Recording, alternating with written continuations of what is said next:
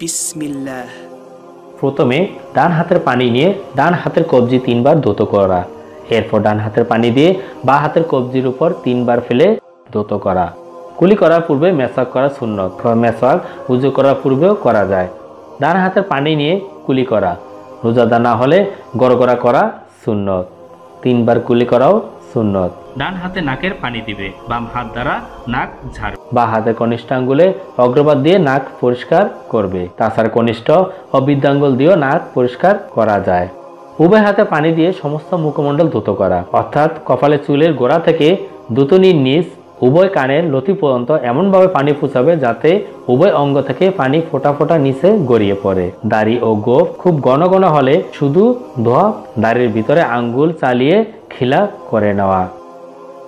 উভয় হাত কনই সহ ধৌত করবে।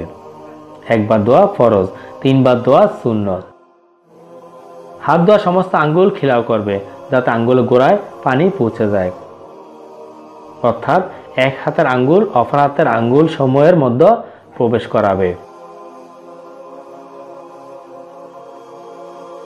বিদ্যা ও তর্জমী আঙ্গুল ব্যতীত অবশিষ্ট উভয় হাতের আঙ্গুলের প্যাট মাথার মধ্যভাগে সামনে হাতে পিছনের দিকে টেনে নিয়ে যাবে। অতঃপর 2 হাতের তালু মাথার 2 পাশে রেখে পিছনের দিক থেকে সামনের দিকে টেনে নিয়ে আসবে। উভয় হাতের বিদ্যা আঙ্গুলের প্যাট দ্বারা 2 কানের পিছনের অংশ মাসাজ করা। এরপর কনিষ্ঠ আঙ্গুলে অগ্রভাগ দ্বারা কানের ছিদ্র ও তর্জমী আঙ্গুলের সাহায্য কানের পাতার ভিতর অংশ মাসাজ করা। উভয় হাতের 3 আঙ্গুলের পিঠ দ্বারা গর্দান মাসাজ করা। গোড়ালি ও টাকনি সহ পা ধৌত করা। ডান হাত দিয়ে পায়ের অগ্রভাগের পানি ঢালা সুন্নত। বাঁ হাত দিয়ে পায়ের সামনে পিছনে তলদেশ মর্দন করা। পা দিয়ে ঘষে এবং বাঁ হাতের কনিষ্ঠ আঙ্গুল দিয়ে পায়ের আঙ্গুল সমূহ খিলা করে নেওয়া।